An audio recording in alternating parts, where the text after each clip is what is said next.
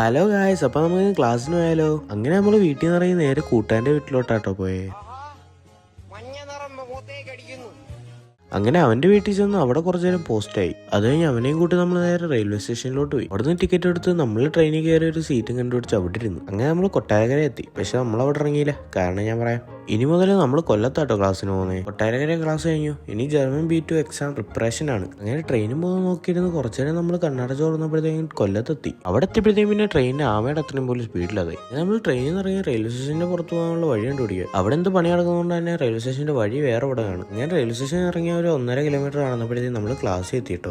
Class ചെന്നപ്പോൾ അവിടെ കാര്യമില്ല, നാളെയുള്ളൂ ക്ലാസ്. അവിടെ കുറച്ചു നേരം ഇരുന്നിട്ട് നമ്മൾ നേരെ RP മാളിലോട്ടാട്ടോ പോയെ. അങ്ങനെ RP മാളിൽ എത്തി അതിനകത്ത് കയറി കുറച്ച് ഏസ് കൊണ്ടപ്പോഴാട്ടോ സമാധാനമായി. ഇങ്ങനെ ഫുഡ് കോർട്ടിൽ ചെന്നൊരു കുത്തോറോട്ടെ ഒരു ജിഞ്ചർ ലൈമും കുടിച്ചപ്പോഴത്തേക്കും വേറെ സമാധാനമായി. അത് നമ്മൾ മുകളിലത്തെ ഫ്ലോറിലോട്ട് പോയി. എന്തിനാ ഒരു ഐസ്ക്രീം കഴിക്കാൻ. ഇവിടെ ആയപ്പോഴത്തേക്കും തൃപ്തിയായി. RP മാളിൽ എന്ന് പറഞ്ഞാൽ നമ്മൾ നേരെ വി പാർക്കിലോട്ട് വെച്ച് പിടിച്ച്. അങ്ങനെ വി പാർക്കിൽ ചെന്ന് നമ്മളൊരു ചാർജും മേടിച്ച് അവിടെ കുറച്ചേരം ഇരുന്നു. ചെസ് കളിയുടെ ABCD അറിയത്തില്ലെങ്കിൽ നമ്മളത് നോക്കി നമുക്ക് അറിയാവുന്ന ഇരുന്നു. അവിടെ നിന്ന് കൈയിട്ട് ഇരിക്കുന്നല്ലാതെ അത് അങ്ങോട്ടും ഇങ്ങോട്ട് മാറ്റുന്നത് ഞാൻ കണ്ടില്ല ഇതുവരെ. വീണ്ടും അടുത്തപ്പോൾ നമ്മൾ അവിടെ നിന്ന് ഇറങ്ങി റെയിൽവേ സ്റ്റേഷനിൽ പോയി ഇരിക്കാന്ന് വിചാരിച്ചു. ഞാൻ റെയിൽവേ സ്റ്റേഷനിൽ എത്തി ടിക്കറ്റ് ഒക്കെ എടുത്തപ്പോഴത്തേക്കും ട്രെയിൻ വന്നു കേട്ടോ. അപ്പോൾ ഇന്നത്തേക്ക് ഇത്രയേ ഉള്ളൂ. അപ്പോൾ അടുത്തൊരു വീഡിയോ കാണാം. ശരി എന്നാ.